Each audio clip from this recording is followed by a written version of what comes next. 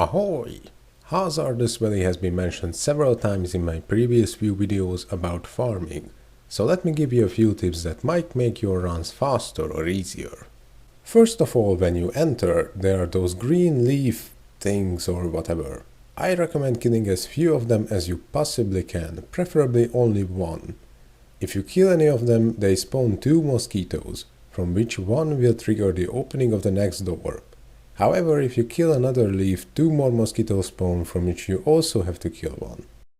The next thing that often causes problems are the toads. They usually start running towards you when you enter the bridge. Against that, I can recommend 2 things. First, use dash just before you enter their luring range, so they will move as little as possible. Also, if you're a melee range character, you can just force kick your way to them. The second, if you're using BM3, build up your synergies on the monsters before them and activate Fate on the frogs as soon as possible. That will knock them down and prevent them from jumping away. Moving on in the dungeon, just before the bosses, you don't have to kill everything, only the 5 snakes. Killing the snakes makes the Zards disappear. However, if you're farming event items, for example, kill the snakes after them. Also, you probably know this, but between bosses you only have to kill the white snake to spawn the next one. And the last tip that only applies to ranged characters. Did you know that you can kill all 3 of the bosses without being hit at all? For the first 2 forms, stand right here. You can see that little bush and that mushroom or whatever that is. Well, you should be standing next to that. And sometimes it takes me a bit of effort to find it too, but I don't often bother.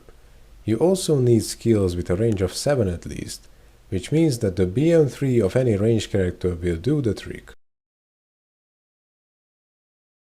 For the 3rd boss this doesn't work, however there is another spot right there. See that little dark patch on the ground? But the bad news is you need attacks with range 8 or higher for that, which means for example that a wizard can't use this in BM3. Should be no problem for gunner, archer or anyone who uses magic lances or cannons though. Well, I hope this video will make your future runs easier. Have fun in Hazardous Valley.